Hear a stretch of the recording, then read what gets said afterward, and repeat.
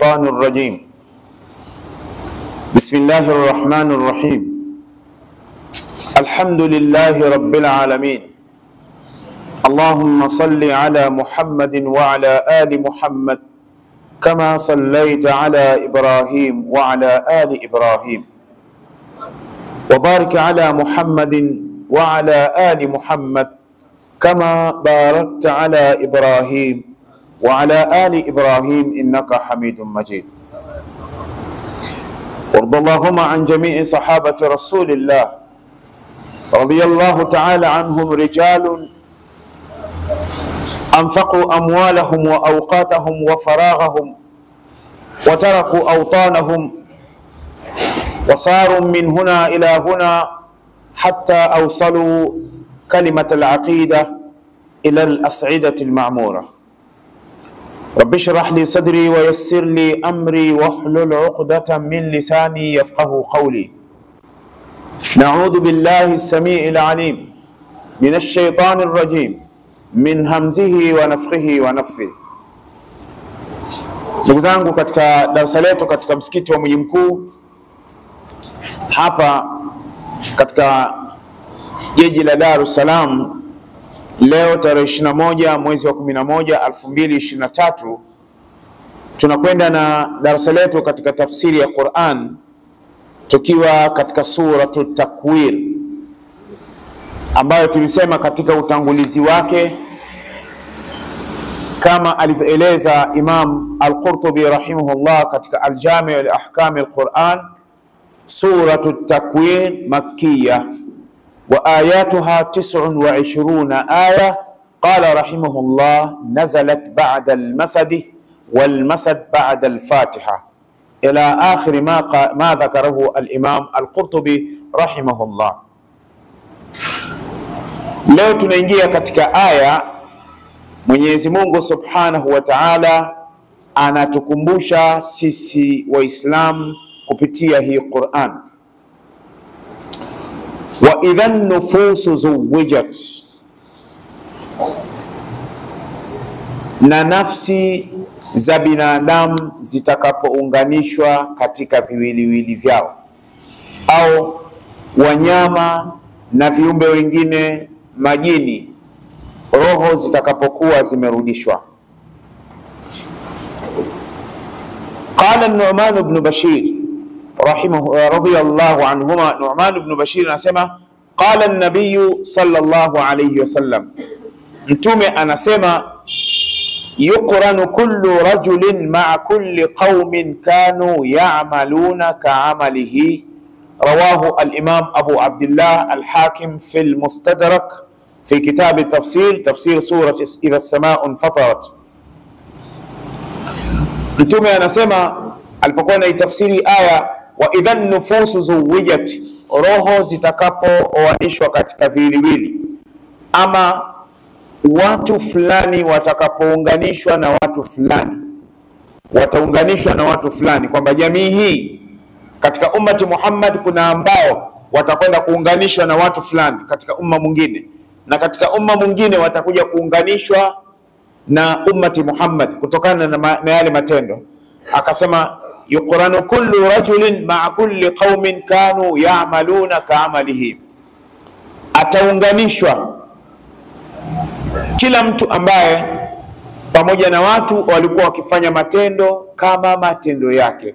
Hii ni hadithi katika Mustadrak al-Hakim, ni hadithi ya 3902. Maana yake ni kwamba siku ya Kiyama kuna watu katika ummat Muhammad watafufuliwa katika umma mwingine, matendo yaliyokuwa yakifanana. Kwa hiyo kuna watu watafufuliwa katika qaumi Ad, na kuna watu katika qaumi Ad watafufuliwa katika umma huu. Yani, na kila mtu aliyekuwa anafanya matendo hapa duniani atafufuliwa na mtu. Kwa mfano, unafufuliwa na mtu ambaye ndiye aliyekufundisha mambo mema, ulifanya mambo mema, ulifanya khairat. Kwa hiyo unafufuliwa pamoja na salihin, ama unafufuliwa pamoja na mtu ambaye aliyekufundisha na kukuzoesha mambo mabaya, kwa hiyo unafufuliwa ma'al fujjar, pamoja na watu wabaya. Qala Umar ibn al-Khattab radiyallahu anhu, Umar ibn al-Khattab anasema yuqranu al-fajiru ma'a al-fajiri wa yuqranu as-salihu ma'a as-salihi, atafufuliwa siku ya kiyama mtu muovu pamoja na waovu, na atafufuliwa mtu muovu mtu mwema pamoja na watu wema. Kwa ina maana watu wema watakuwa katika sehemu fulani na watu waovu watakuwa katika sehemu fulani.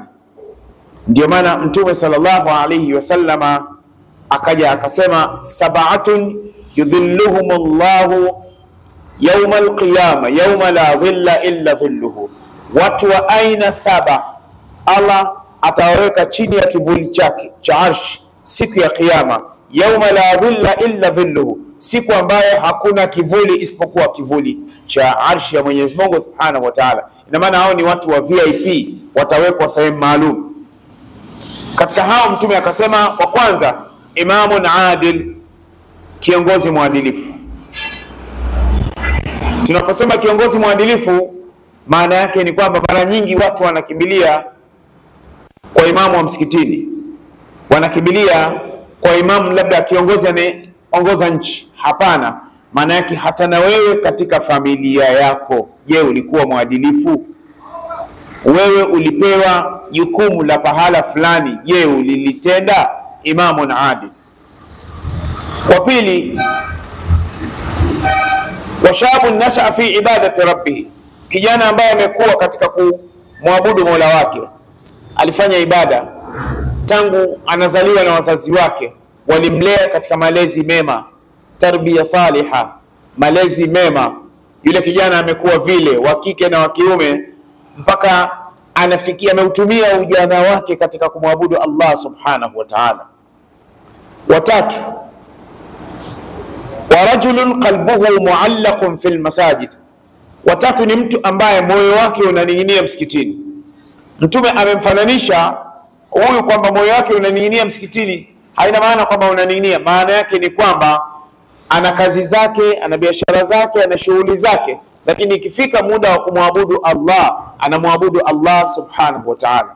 Ikifika mambo ya ibada, anafanya ibada. Kwa hiyo ni moyo wake uko msikitini. Maana yake ni kwamba kama vile moyo wake uko msikitini kila wakati, kama vile feni. Wa nne, wa rajulani tahabba fillah ijtamaa alayhi wa tafarraqa alayhi, watu wawili ambao mwanamume na mwanamume mwenzake wamependana kwa ajili ya Allah, kwa ajili ya Allah, si kwa sababu ya mambo ya kishetani au mambo ya kipuzi. Wamejuana, wamezoeana, wamekuwa pamoja mpaka wakati mwingine wanazaika pamoja kwa sababu katika mambo ya khair. Ama mwanamke na mwanamke mwenzie wamejuana, wamezoeana katika mambo mema, kiasi ambacho anamjua kwamba mwanamke mwenzake yupo katika mambo mema, kiasi ambacho labda unakuta kuna baadhi ya kina mama wanakuwa na grupu zao za mambo ya khairati, wanakuwa na grupu zao za kukutana kusoma Qur'ani, wanakuwa na grupu zao za darsa kila wakati fulani. Ina maana hawa wanapendana kwa ajili ya Allah. Mtume akasema ijtamaa alayhi wa tafarraqa alayhi, wanapokuwa pamoja wanakutana kwa sababu ya khair, na wanapoachana wanaachana kwenda katika shughuli zao, lakini wametoka katika mambo mema.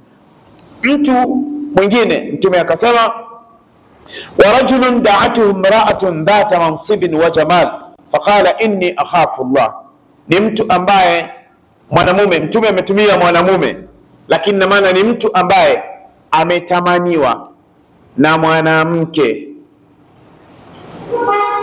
mwanamke ambaye mansib, dhata mansib, ana heshima, ana status mashuhuri, lakini mwanamke yule wa jamali ni mzuri, ni mzuri, vigezo na masharti vimetimia, akakwambia nimekupenda, lakini ukamwambia inni akhafu Allah, mimi namuogopa Allah kuzini, wewe ukamwambia hivi. Ama mwanamke ametamaniwa na mwanamume, mwanamke ametamaniwa na mwanamume, yule mwanamke akamwambia yule mwanamume, akaambia mwanamume, wewe mimi siwezi kufanya uchafu wa zina, namuogopa Mwenyezi Mungu Subhanahu wa Ta'ala. Kwa ina maana hawa atakuwa chini ya kivuli cha arshi ya Mwenyezi Mungu Subhanahu wa Ta'ala. Mtu wa sita, wa rajulun tasaddaqa bisadaqa, ni mtu ambaye ametoa sadaqa. Tasaddaqa bisadaqa, ametoa sadaqa, fa akhfaha, akaificha ile sadaqa. Ameficha sadaqa. Kwa mfano ananunua umeme msikitini, tunaona umeme unakwenda tu, sawa. Kwa mfano amenunua mazulia, sawa. Chukua mfano kwamba zulia kama hili, nakumbuka siku moja miaka 3 au 4 lilikuja likabwaga watu hapa msikitini, bado jipya safi sana, unaona limeanza kuchuja sasa, lakini lilikuwa, hebu fikiria, zaidi ya milioni 10. Akampa Allah, tasaddaqa bisadaqa, wanamjua wengine, lakini fa akhfaha, yani akhfa sadaqatahu allati tasaddaqa fi turuq alkhairat, sawa. Ameficha sadaka yake ambayo anaitoa katika njia za khair. Chukua mfano, kuna yule ambaye ametuwekea tenki ya maji hapa, maji ya baridi hapa, sawa. Nyumbani kwako hakuna friji, naona huna uwezo wa kuweka friji, lakini kuna mtu amekuwekea maji hapa. Huko msikitini unakuja na lile jichupa kubwa lile la afya lile, unajaza, sawa. Unaondoka na maji yako baridi, sawa. Na yamewekwa hapa maji, umeme wanaujua wenyewe, usafi wanaujua, na unakunywa maji safi salama, lakini yeye mwenyewe hajulikani. Yeye mwenyewe hajulikani. Kwa hiyo kuna sadaka ambazo zinakuwa zinatolewa, sawa, zinakuwa zinatolewa. Kwa mfano hapa, kila siku ya darasa ilikuwa inatembezwa juice hapa, nakumbuka inatembezwa juice ya afya, sawa, na maji vile vichupa vidogo na keki. Lakini sasa anapokuwa mtu wa khairi hujui kwenda wapi na hajulikani yuko wapi, lakini ilikuwa kila siku ya darasa watu wanatoka na vijifurushi vya juice, lakini huwezi kujua kuna mtu kumpa ile juice na keki ile na maji, usiku umemlisha akisema alhamdulillahi alladhi at'amani hadha wa razaqanihi min ghairi hawli minni wala quwwa, namshukuru Allah ambaye amenipa riziki hii, amenilisha chakula hiki pasina ujanja wangu wala nguvu. Lakini ametokea mtu, yani rajulun la yuraf min anja, yani hajulikani ametoka wapi, walakin yatasaddaqa ala nnas, anawapa sadaka watu, yatabarra, anatoa sadaka, sawa, lakini yeye anatoa, lakini innama nut'imukum liwajhi llah la nuridu minkum jazaan wala shukura. Yani mtu anatoa sadaka, umemwambia jazakallahu khaira, hukumwambia shauri yako, lakini tayari alishapata malipo kwa Mwenyezi Mungu Subhanahu wa Ta'ala. Kwa hiyo tasaddaqa bisadaqa, ametoa sadaka huyu mtu, fa akhfaha, akaificha ile sadaka, taarifa ile sadaka, ama akamwambia bane, naomba unipelekee jambo langu pahala fulani, usinitaje, na kuomba usinitaje, ili uridhishe moyo wangu, usinitaje, wewe peleka tu, sawa. Anabakia ni yule mtu aliyekabidhiwa ile sadaka na yule mtu ambaye aliyetoa. Allah anaona na malaika wale kiraman katibin wanaona. Fa akhfaha, naficha ile sadaka. Qala sallallahu alayhi wasallam, hatta la ta'lama shimaluhu ma tunfiqu yaminu, kiasi ambacho mkono wake huu wa kushoto haukujua kilichotolewa na mkono wa kulia. Ndugu zangu, hebu angalieni, huu mkono wa kushoto na mkono wa kulia si viko pamoja kila wakati? Maana yake ni kwamba huu mkono ndio umetoa. Sasa mkono wa kulia haujui huyu jirani yake katoa nini. Maana yake ni kwamba unapotoa sadaka, basi usianze kuingiza katika mambo ya media. Okay, kuna watu wengine inabidi waonyeshe kwa sababu, sawa, ili kumkinaisha yule ambaye aliyetoa sadaka, sawa. Lakini kuna watu wengine wanasema mimi sihitaji chochote, mimi nimeshatoa kwa ajili ya Allah Subhanahu wa Ta'ala. Sasa fa akhfa hatta la ta'lama shimalu ma tunfiqu, kiasi ambacho mkono wake wa kushoto haukujua kilichotolewa na mkono wa kulia, sawa, mkono wa kulia. Sasa mtu wa mwisho wa saba, wa rajulun dhakara Allaha khaliyan fafadat aynah, mtu ambaye amemkumbuka Allah, amemtaja Allah, amekaa peke yake, labda yuko msikitini. Unajua kuna watu wengine utamkuta yuko msikitini, amekaa msikitini, unamuona mtu analia, huwezi kujua analia nini. Unamuona analia tu, unamuona analia tu. Na kuna mwingine anaomba dua, unamuona anatoka na machozi, sawa. Na mwingine yuko ndani ya sala, hasa sala za maghribi na isha au juma, alfajiri, zile sala za jahara, imamu anasoma zile ayat, unamkuta mtu uko ndani ya sala pamoja, unamkuta mtu analia. Kinachomliza ni nini? Mtume akasema wa rajulun dhakara Allaha khaliyan, yani khali anin nas wa ba'id anin nas, ma jalasa ma'an nas wa inma jalasa wahda, amekaa peke yake tu, faragha. Fafadat aynahu kharajat ad-dumu' min aynai, yani imetoka machozi katika macho yake, analia. Sasa ndio maana Umar ibn Khattab akaja akasema wa yuqranu salihu ma'a salihi, yani watu wema. Kwa ina maana hii ni arsh, kivuli cha arsh, watakwenda kuwekwa pale, ni VIP. Hawa watakuwa ma'al anbiya, pamoja na mitume na salihina, watu wema, sahaba, auliaullah watakuwepo pale, watu wa mambo mengi ya khairat. Lakini wakati huo huo kuna fujar, watu wa ovu, watakuwa chini ya adhabu ya Mwenyezi Mungu Subhanahu wa Ta'ala. Sasa Allah Subhanahu wa Ta'ala asema wa idhan nufusu zuwijat. Ukienda katika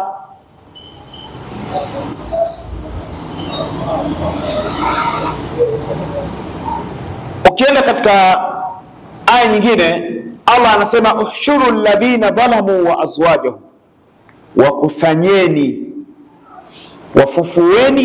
wafufueni na muwakusanye wale ambao waliodhulumu nafsi zao, yani walifanya madhambi, wa azwajahum, na wale wanaofanana nao katika yale madhambi. Kwa hiyo watu wa bongo flavor watafufuliwa na nini? Na wakina PDG kutoka Kongo. PDG, mimi ndio PDG, ndio mwenyewe, watafufuliwa huko. Yani mtu wa taarabu anafufuliwa na wataarabu, wanga watafufuliwa na wanga wenzao, wezi watafufuliwa na wezi wenzao. Yani hii watafufuliwa, kila watu watafufuliwa pamoja. Ma salakakum fi sakara, watu wa motoni watakuwa nalia, jambo gani limekuingizeni katika moto wa sakara? Qalu, watajibu watu wa motoni, lam naku minal musallina, mpaka siku roho yetu inatoka tumekufa bila kusali. Watakuwa wanapata kichapo motoni. Mtu amekufa, sisi tutamfanyia mambo yote manne, na tutamwombea dua, na tutamfundisha yale maswali ya ujanja. Al-ana, hivi sasa, yatika almalakani, watakujia malaika wawili, alkarimani, wema, fala yafsuak, wasikutishe, sivyo tunavyoambia, wala yarhubak, wasikubabaishe, fa innahuma, au malaika bana, Sheikh anamwambia hapo, khalqu min khalqillah, ni viumbe miongoni mwa viumbe wa Mwenyezi Mungu. As-salala munkar na nakir. Ala sabili mithal, law yahushu ma'ana rajulun fi hadha albab ma indahu ras wa sallama alayna, ايش نسوي هنا؟ Mfano mtu anaingia hapo hana kichwa, ambia assalamu alaikum, Sheikh unasemaje? Anabaki mtu mundani, acha mwanangu hiyo, sio mwana cameraman anasahau kila kitu huyo, abedi huyo. Sasa ala kuli hali tutamfundisha, wa idha saalaka, wakikuuliza man rabbuka, Mungu wako ni nani? Faqul Allahu rabbi, sema Allah ndio. Ndugu zangu, wallahi miaka na miaka hajaswali na hataki kusali, hivi ni kweli ataweza kujibu Allah? Tumwachie Allah, sawa? Kila mtu atakuja kujua mwenyewe atakapokuwa sasa yupo kaburini, sawa? Man nabiyuka, mtume wako ni nani? Mtume wako ni nani? Kuna watu tu hata mama yake mtume hawamjui, acha huyo mtume, hiyo nasaba ya mtume mtu haijui. Wallahi ni hatari. Wama qiblatuka, shekha anamwambia qibla yako ni ipi? Anamfundisha pale, amekufa bila kusali, anamuuliza qibla yako, akija faqul alqiblatu alkaabatu qiblati, waambie alkaaba ndio qibla yangu. Jamaa kafa bila kusali, huyu shosti, huyu dada, huyu kafa bila kusali. Wengine wamekufa bila kusali mpaka anastafu, hajawahi kusali. Mwingine anakwenda kusali baada ya mafao kuisha. Wengine wanapitwa na swala, wako mpirani, Simba na Yanga. Umeiona hiyo? Umeiona hiyo? Goli 5 hizo hivi na hivi. Wengine wanapitwa na swala, wapo kwenye mambo ya ajabu ajabu. Subhanallah. Sasa Allah anasema uhshuru ladhina dhalamu wa azwajahum, yani ashkalahum, wafufua wale ambao waliodhulumu nafsi zao na wale wanaofanana nao. Sasa akasema wa idhan nufusu zuwijat. Qala al-Imam al-Ikrima rahimahullah, Imam Ikrima akasema qurinatil arwahu bil ajsad ay ruddat ilayha, yani roho zitaunganishwa na viwiliwili vyao. Qala al-Hasan rahimahullah ulhiqa kullu mri'in bi shi'atihi, kila mtu ataunganishwa na wafuasi wake. Al-yahudu bil yahud, mayahudi watafuliwa wao kwa wao, mayahudi wenzao. Wal majus wan nasara bin nasara, manasara watafuliwa na manasara wenzao pamoja. Hii yote itakuwa ni siku hiyo. Akaja akasema wal majusu bil majus, na wapagani watafuliwa na wapagani wenzao. Wa kullu man kana ya'budu shay'an min dunillah, kila aliyekuwa ana muabudu asiyekuwa Allah, yulhaq ba'dhum bi ba'd, wataunganishwa na wengine. Wal munafiquna bil munafiqin, wanafiki watafuliwa na wanafiki wenzao. Wal mu'minuna bil mu'minin, na waumini watafuliwa na waumini wenzao. Mnafiki atafuliwa na mnafiki. Mnafiki ni nani? Hudhaifa ibn al-Yaman radiyallahu anhuma, Hudhaifa ibn al-Yaman ibn Hisli anasema almunafiqu man yubtinu al-kufra wa yudhhiru al-islam. Mnafik ni mtu ambaye anaficha uadui na chuki dhidi ya Uislamu na Waislamu. Yeye ni Muislamu lakini anaonyesha na upendo wa Uislamu. Nao watu wa namna hii tuko wengi misikitini. Maana kuna watu wengine wanakwenda kuswali msikitini, wana kazi zao maalum. Wapo hawapo na kazi zao. Ukuta mtu unaye msikitini, sawa, anakufuatilia tu. Kuna mwingine kazi yake kuangalia hotuba hii imetoka wapi, kazungumza nani. Hawa watakwenda kufufuliwa siku hiyo. Wajaat kullu nafsin maaha sa'iqun wa shahid, atafuliwa kila mtu siku ya kiyama. Maaha sa'iq, nyuma akiwa na malaika. Wa shahid, na ushahidi kwamba huyu bana alikuwa anakuja msikitini, sio kwamba alikuwa anakuja kuwasikiliza mashekhi wanasemaje. Haya huyaamini mwanangu, wewe subiri ufe hiyo siku kizaazaa. Na bahati nzuri mahakama ya Allah haina baraza la wazee. Mahakama ya kiyama haina baraza la wazee, na hakuna kukata rufaa. Rufaa uikate hapa hapa kwa kuleta toba. Allah subhanahu wa ta'ala akaja akasema, sasa hapa ndugu zangu tunafundishwa kwamba sisi tutakavyokuwa tunapata haya mambo ni hiyo siku ya kiyama. Allah akasema wa idhal mawudat su'ilat bi ayi dhanbin qutilat, vichanga vya kike siku ya kiyama vitaulizwa.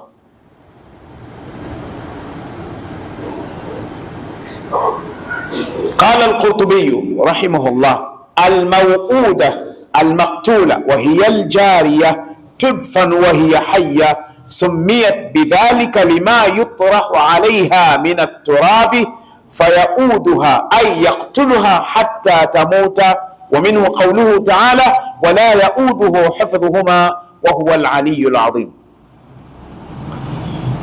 Watoto wa kike wataulizwa siku ya Kiyama, kwa nini uliuawa? Wataulizwa siku hiyo. Sasa hapa moja kwa moja inaingia hata wale ambao wanaotoa mimba, wanatoa mimba, yani mtu anatoa mimba, anaharibu mimba. Qala al-Imam al-Qurtubi rahimahullah, wa kanu yadfanuna banatahum ahya'an li khaslataini. Wakati kabla ya Qur'an, sikilizeni vizuri, Uislamu ndio umekuja kumnusuru mwanamke na sio Umoja wa Mataifa. Naomba hilo mfahamu, si Umoja wa Mataifa. Umoja wa Mataifa umeanzishwa mwaka gani mnajua? Umoja wa Mataifa umeanzishwa mwaka 1945 na muasisi na mwanzilishi wa Umoja wa Mataifa ni Mayahudi, na Umoja wa Mataifa imeanzishwa mwaka 1945 katika mji wa San Francisco. San Francisco, jiji ambalo lilikuwa ni jiji wakati wa mwaka 45 na ndio jiji lilokuwa linaongoza kwa wanamume wengi kuwa mapapai. Yani San Francisco walikuwa wanabomoana sana, wanamegana sana wanaume kwa wanaume katika mji wa San Francisco. Ikaanzishwa pale UN, kwa Kiarabu inaitwa Al-Umamul Muttahida, ikaanzishwa pale. Na hii ndio hali ilivyo ndugu zangu. Ndugu zangu, tukae vizuri na familia. Dunia imeharibika. Mtoto wa kiume ni hatari. Tunafanya nini? Sasa walikuwa wakati wa jahiliya wanaamini, Qurtubi anasema wakanu yadfinuna banatahum, walikuwa wanawazika watoto wao wa kike ahyaan, hali ya kuwa wakiwa hai. Mama mjamzito anaangaliwa, wanapelekwa kwa mafundi wale, si mnafahamu mafundi wale, wapiga ramli wale, anatazamiwa kwamba huyu atazaa mtoto gani. Pembeni mwa ile nyumba ya yule mwanamke ambaye na mumeo yule inachimbwa shimo na kinawekwa kitambaa cheupe na kitambaa cheusi. Anasubiriwa zile siku za uchungu. Akijifungua mtoto wa kiume, wanamdaka na kitambaa cheupe. Inakuwa ni sherehe, wanakula, wanakunywa pombe, yani amezaliwa shujaa katika familia, sababu vita ikitokea yeye atatetea. Akizaliwa mtoto wa kike tu, akiona ni kitoto cha kike, ile shuka nyeusi inamdaka ile mtoto, anakunjwa nayo, anatupwa katika lile shimo, anafukiwa. Wa idhal mawudat su'ilat, watoto wa kike wataulizwa. Sasa Qurtubi akasema walikuwa wanawazika li khaslataini, kwa sababu mbili. Kwanza, ihdaha, mojawapo, kanu yaquluna, wao walikuwa wanaamini innal malaikata banatullah, kwamba malaika ni mabinti wa Mungu. Walikuwa wanaamini hivyo. Kwa hiyo kama walikuwa wanasema fa alhiqul banati bihi, basi waunganishe na watoto wa kike wenzao. Walikuwa wanaamini hivyo. Hapo Rasulullah bado. Athania, miongoni mwa sababu ya pili, imma makhafata alhajati wal imlaq, walikuwa wanahofia mahitaji ya yule mtoto wa kike akizaliwa anakuwa na mahitaji tofauti na mtoto wa kiume. Wal imlaq, walikuwa wanahofia kwamba baba akijaliwa kupata mtoto wa kike inasababisha umasikini na balaa na nuksi katika familia. Wa imma khawfan min as-sabi wal istirqaq, ama walikuwa wanahofia kwamba huyu atakuja kutekwa na atageuzwa kuwa mtumwa, kama ilivyo katika suratul Nahl. Wa idha bushira ahaduhum bil untha dhalla wajhuhu muswaddan wa huwa kadhim yatawara minan nas min alqawm min su'i ma bushira bihi ayadussuhu fi turab ayumsiku ala hun am yadussuhu fi turab ala sa'a ma yahkumun. Walikuwa katika maskani zao katika vijiwe wanatia story, ambia mwenzetu bwana ni baba kijacho huyu baba kijacho ala lakini huyu baba kijacho mkeo kishajifungua mtoto wa kike. Sasa wale wa idha bushira bil untha, anapokuwa amepewa taarifa na wale wapiga ramli wale. Unajua wapiga ramli, ndugu zangu, mna habari, si hata watu wa hali ya hewa wanapiga ramli. Yeye mnasemaje? Au kusema hivi noma ni ramli. Maana ngapi wanasema vitu na havitokei? Kwa nini? Katika suratul Luqman Allah anasema wama tadiri nafsun madha taksibu ghadan, mwanadamu hajui anafanya nini kesho. Sawa, mimi mwenyewe hapa sijui, baada ya dakika chache, yani baada ya muda unakuwa nani, na yoyote yule duniani anayejua ni nani? Allah subhanahu wa ta'ala. Allah ndiye anayejua. Allah ndiye anayejua. Allah alikuwa anajua kila kitu. Tanzania itakuwaje, alikuwa anajua. Ukachukua viongozi waliotangulia mpaka waliopo, hawajui Tanzania ilitakiwa iweje mpaka hivi ilivyo, na itakuwa nini miaka ijayo. Hakuna anayejua, ni Allah subhanahu wa ta'ala. Lakini utawakuta wapiga ramli kwenye mitandao wengi sema itakuwa hivi, vita inaweza ikatokea duniani hivi, inaweza, yani wanafuatilia yale matukio alafu nao wanaingia huko. Kadhaba almunajimuna wala usadaku.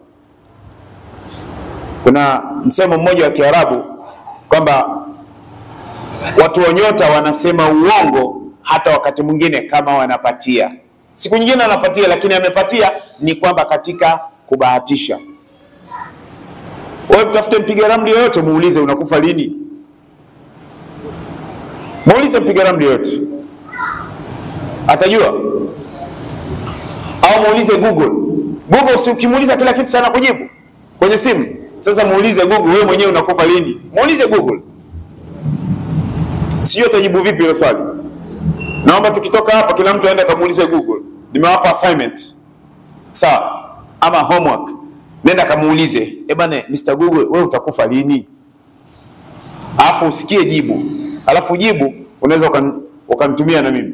Bwana Sheikh Msaganye, Google bwana amekauka, hajajibu au yupo hivi. Sasa Allah subhanahu wa ta'ala alipomtuma Mtume sallallahu alayhi wasallam, ikawa haya yameondoka.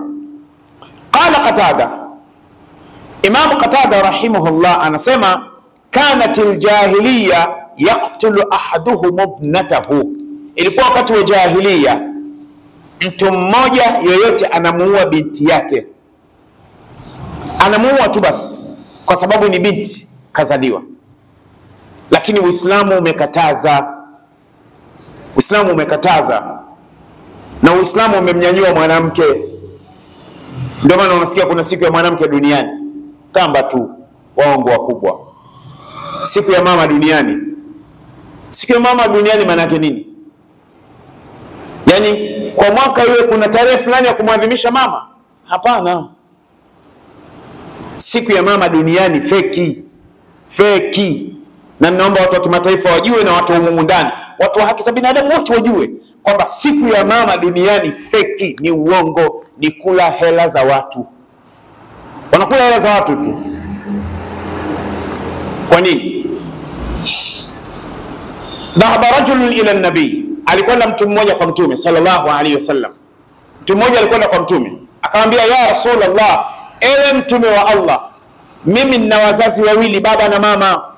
Katika hawa baba na mama, nani hasa yani ana thamani, yani kwangu ni mzito kwa thamani? Mtume akamwambia, ummuka, mama yako. Sikizeni vizuri wanaume wenzangu na wale watakaonishuhudia kwenye mitandao. Mtume akamwambia mama yako kwanza. Yule sahaba akamwambia, ya Rasulullah, nimekwambia nina baba na mama, nani hapa mzito? Mtume akamwambia, ummuka, mama yako. Mara pili. Yule sahaba akarudia mara tatu, akamwambia, ya Rasulullah, nimekuuliza swali, mimi nina baba na mama, hawa watu nani mzito kwangu? Mtume akamwambia, ummuka, mama yako. Yule sahaba akarudia mara ya nne tena, ya Rasulullah, nani? Mtume akamwambia, abuk, baba yako. Kwa hiyo mama mama, mama, kisha anakuja nani? Baba. Point 7 mama, division 2 mama, division 3 ambayo inakuja kwenye 2 mama, division 4 baba. Nikiwemo na mimi shekhe, wanaume mnasemaje? Mmekubali? Najua kwa sababu wanaume tuna mind sana. Chukua mfano, si mama, una shilingi 100,000. Mama unampa 70,000. Alafu baba unatakiwa umpe ngapi? Swali, wanamume tutakubali hili? Ambia hii toto hili kama mama yake akili yake chizi tu. Eti mimi basi siji shilingi 30,000. Eti mama yake limempa 70,000. Sio ndo wazimu? Lakini mama nafasi amepewa na Rasulullah sallallahu alayhi wasallam. Kwa taarifa yenu Waislamu wenzangu na watu wa mitandao, ni Waislamu si Waislamu, tunawakaribisha katika Qur'an. Mama na baba wametajwa katika Qur'an, katika sura 9 wametajwa mara 17 katika Qur'an. Baba na mama wana thamani kubwa mno kuliko nchi yako ya Tanzania, na kuliko chama chako chochote, na kuliko timu yako yoyote, na kuliko mtu yoyote. Kwanza Allah, Rasulullah, baba na mama. Wabil walidaini ihsana, wabil walidaini ihsana, wabil walidaini ihsana. Baba na mama, lazima ujue mama na baba wanakula nini. Ni muhimu sana hawa watu. Kwa hiyo baba na mama wana thamani kubwa sana kwa sisi watoto. Sasa walikuwa wanawaua watoto wao kwa kuhofia namna hii. Sasa hapa qala Umar radiyallahu anhu fi qawlihi wa idhal maw'udat su'ilat. Umar anasema Mwenyezi Mungu atakapowauliza watoto wa kike, wale waliozikwa wakiwa hai, hata wale ambao walioporomosha mimba kwa makusudi, wataulizwa wale watoto. Vile vichanga vitasema. Sasa Umar ibn Khattab anasema jaa Qais ibn Asim ila nabii sallallahu alayhi wasallam. Alikuja mtu mmoja anaitwa Qais, Waswahili tunasema Kaisi, lakini ni Qais mtoto wa Asim. Sikiliza vizuri hicho kisa. Umar anasimulia, faqala, akamwambia ya Rasulullah, ewe mtume wa Allah, inni wa'attu 8 banati kunna li fil jahiliya. Mimi nimewaua watoto wangu wa kike, nimewazika wakiwa hai 8 wakati wa jahiliya, nimewazika wakiwa hai. Qal, mtume akamwambia, fa'atik an kulli wahidatin minhunna raqaba. Nenda kamtafute mtumwa, kila mtoto mmoja katika wale watoto 8, nenda kamtafute mtumwa umuache huru. Qala, yule bwana akamwambia, ya Rasulullah, ewe mtume wa Allah, inni sahibu ibil, mimi ni mfugaji wa ngamia, na mimi ni tajiri wa ngamia. Ina maana wakati ule ndio kama sasa hivi maroli, mabasi, makentaya. Mimi ni mtu wa magari, ni mtu wa ngamia. Qala, mtume akasema, fa ahdi an kulli wahidatin minhunna badana in shi'ta. Basi mtolei kila mmoja ngamia mmoja kama utaweza. Sasa hapa inaonyesha kwamba hawa watu watakwenda kuulizwa siku ya Kiyama, kwa nini walikwenda kuwaua hawa watoto? Kwa sababu hii ni dhambi ambayo tutakwenda kukutana nayo. Kwa sababu kama mtu ametoa mimba, ameporomosha mimba, maanake kuna mimba nyingine zinatolewa kwa sababu ya zinaa. Kuna wengine wanatoa mimba kwa sababu isije kuwa aibu kwa mchumba, mpaka mchumba anaweza akapewa muda, bana tusubiri baada ya mwezi mmoja ndio tufunge ndoa, kumbe mimba imeshatolewa. Na kuna mwingine anatoa mimba tu mpaka yule bwana harusi asiweze kujua. Sasa haya ni mambo ambayo siku ya Kiyama hawa watoto watakwenda kuulizwa mbele ya Mwenyezi Mungu Subhanahu wa Ta'ala. Ni mimi na wewe tu tuyajue haya kwamba siku ya kiyama haya tutakwenda kuulizwa mbele ya Mwenyezi Mungu Subhanahu wa Ta'ala. Kwa leo tunaishia hapa katika hii aya, wa idha al-mau'udatu su'ilat bi ayyi dhanbin qutilat. Tunataka twende, kuna darasa tunataka tufundishane hapa ambalo ni darasa muhimu sana, ambayo itakuwa ni sehemu ya pili ya darasa yetu inshallah. Subhanakallahumma wa bihamdika nashhadu an la ilaha illa anta nastaghfiruka wa natubu ilayk.